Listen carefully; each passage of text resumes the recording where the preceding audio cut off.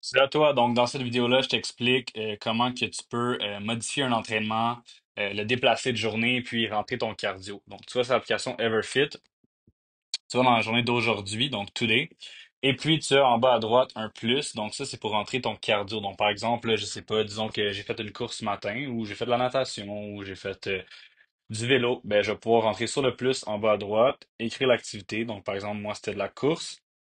C'est la date en haut, donc start time, end time. Donc, j'ai fait ça aujourd'hui. 1 heure de temps, disons que j'ai fait, je sais pas, 5 kilomètres. Et puis, je log mon activité.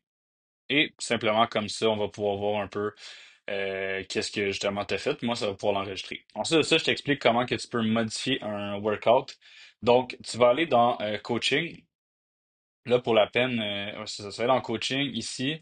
Puis là, je vais ajouter comme un workout juste pour que vous compreniez. Là. Ça, c'est tout simplement pour Euh, toi, si tu veux te créer des workouts, mais c'est quand même assez compliqué. Donc, c'est juste pour te montrer. Donc, disons que ça, c'est mon workout 1, parfait.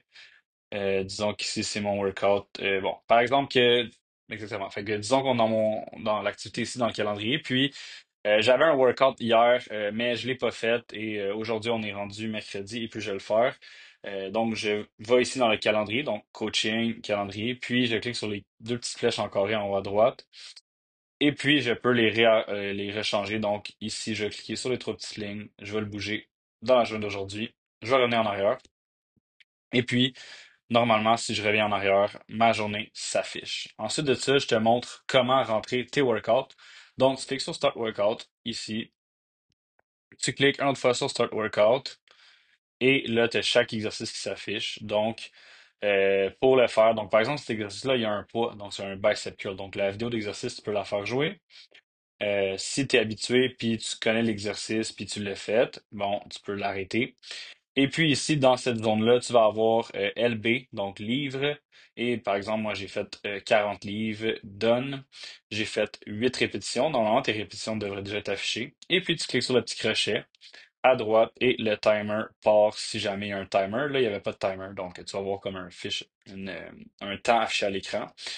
Dans cette même page-là, tu peux voir un peu laisser des commentaires. Donc ici, dans la liste commentaires, tu peux aussi à gauche, là, il y a comme un petit crochet, voir un peu les performances que tu as fait dans le mois passé pour pouvoir augmenter. Euh, Fait que c'est pas mal ça. Puis ensuite de ça, donc, on va au deuxième exercice. J'ai rentré aussi mon exercice 50 livres, 8 répétitions, parfait. Le timer part. Et puis, je dois m'assurer d'avoir complété tous les exercices pour mettre mon petit doigt sur la flèche ici, swipe to end workout. Et là, je glisse jusqu'à la fin. Et là, quand cette page-là, un peu drôle, s'affiche, c'est que tu as complété ton entraînement.